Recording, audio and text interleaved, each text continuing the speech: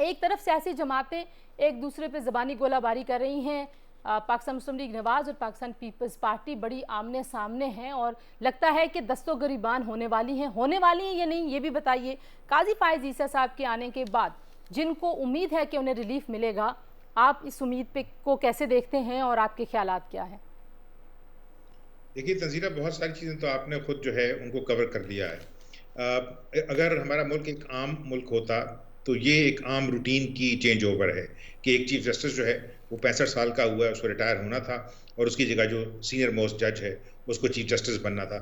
लेकिन जिस तरह सुप्रीम कोर्ट जो है पिछली 4-5 साल में कंडक्ट की गई है, उसकी वजह से बहुत से लोग जो हैं वो तकसीम हुए हैं, अदारा तकसीम हुआ है, जजेस तकसीम हुए हैं।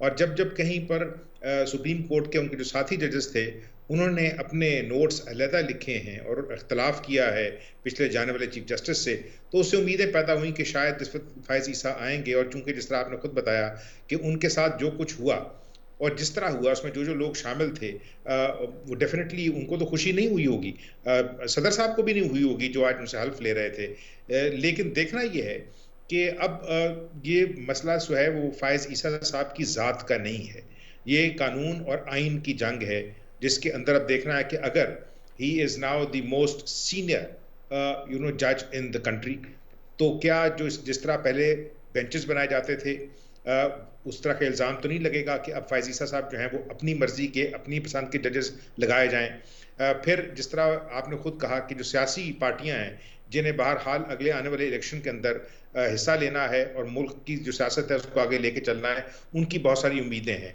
उनमें जिस तरह आपने खुद कहा कि नवाज शरीफ और उनके साथी जो हैं उनको उम्मीद है कि शायद उनके खिलाफ जो फैसले थे वो गलत हुए हैं, वो शायद उलट जाएं। तो होगा या नहीं होगा, आने वाला वक्त बताएगा।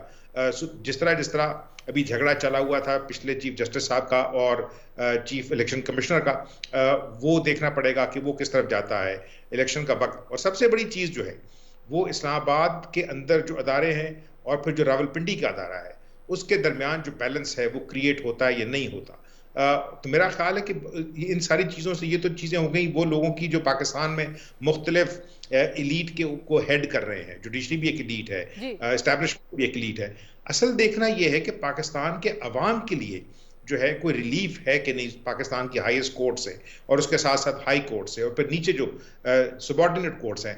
इस वजह से कि पाकिस्तान के अवाम जो हैं वो देख रहे हैं मुसलसल कि पाकिस्तान के जो सियासी लीडर हैं वो सिर्फ और सिर्फ अपने फायदे की बात सोच रहे हैं। ये अब स्ट्रीट के ऊपर बात फैलती जा रही है।